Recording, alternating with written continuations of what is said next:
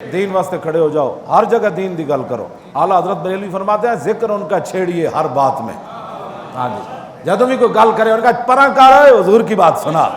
ہاں جی، حضور کی بات سنا، ہاں حضور کے دین کی بات کر۔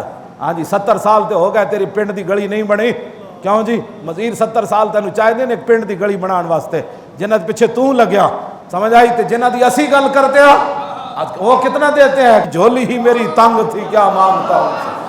ہاں جی، حضرت طلحہ نو تیر لگیا نا میدان احد انگلی ایتھے تے آپ نے کیتی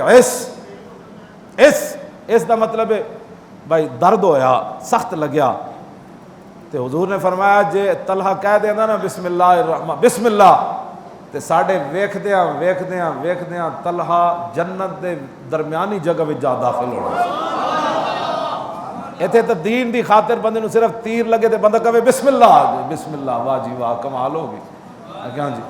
اے حضرت طلحہ کہہ دینی سی بسم اللہ، لیکن ساڈے واسطے کیا بھائی جدو درد ہوئے نا تو ایس نہیں کہنا بسم اللہ کہنا۔ جی حضرت طلحہ کہہ دیں دے تو پھر تو راز ہی رہنا سی نا، پھر تو ویکھدے حضرت طلحہ جنت دے دو درمیان جا چھال مارنی۔ حضور فرماتے ساڑے اکھاں دے سامنے طلحہ جل جانا سی۔ تے دین دی خاطر کوئی دکھ بندہ جلے نا تے کہے بسم اللہ، یا اللہ تیرے شکر ہے میں تو اس قابل سمجھا کہ میں دین واسطے ایت تکلیف اٹھائیے۔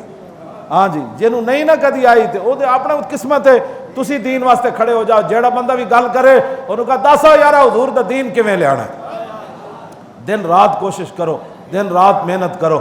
ہاں جی، لبیک یا رسول اللہ دے دفتر کھولو۔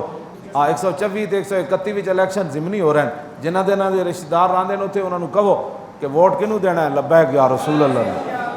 ہاں، جتھے ضمنی الیکشن ساڈے بندے کھڑے ہیں اپنے رشتہ داراں نوں کہو